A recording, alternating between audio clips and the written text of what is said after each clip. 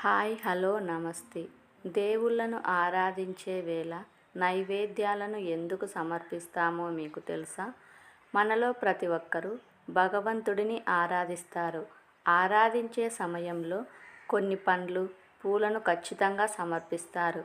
అయితే మనం దేవుడిని పూజించే సమయంలో ఎలాంటి సుగంధ ద్రవ్యాలు, పండ్లు, నైవేద్యాలు సమర్పిస్తామనేది వారి సొంత ఇష్టాలపై ఆధారపడి ఉంటాయి.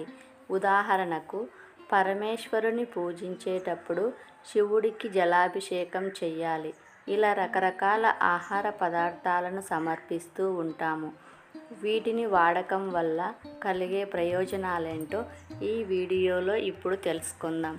మనలో గుడికి వెళ్ళే వారిలో చాలామంది కొబ్బరికాయ లేకుండా వెళ్ళరు. అలాగే ఇంట్లో ఏదైనా ప్రత్యేక పూజలు చేసే సమయంలో కూడా ఖచ్చితంగా కొబ్బరికాయను కొడతారు. ఇంకా ఏ ఏ వస్తువులను సమర్పించాలి, ఏ ఏ వస్తువులు వాడితే ఎలాంటి ఫలితాలు వస్తాయో ఇప్పుడు మనం తెలుసుకుందాం. దేవుళ్ళను ఆరాధించే సమయంలో కొబ్బరికాయతో పాటు పండ్లను కూడా ఖచ్చితంగా సమర్పించాలి. ఉదాహరణకు, లక్ష్మీదేవి అనుగ్రహం కోసం దానిమ్మ పళ్ళను, విష్ణుమూర్తికి అరటి పళ్ళను సమర్పిస్తారు. ఇలా పండ్లను సమర్పించటం వల్ల మానసికంగా బలం పెరుగుతుంది. లక్ష్మీదేవి నుంచి ఆంజనేయుడి వరకు మనం చేసే పూజల్లో లవంగాలను కూడా వాడుతుంటాము. వీటిని వాడకానికి అనేక కారణాలు ఉన్నాయి.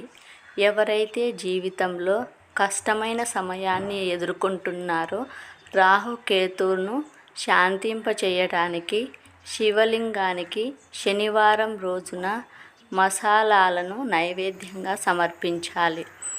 దేవుళ్ళకు సమర్పించే పదార్థాలలో నైవేద్యం ఖచ్చితంగా ఉంటుంది. అయితే అందులోనూ తీపి పదార్థాలను ఎక్కువగా సమర్పిస్తాము. వీటిని రుచి చూసేందుకు దేవతలందరూ ఆహ్వానించబడతారు.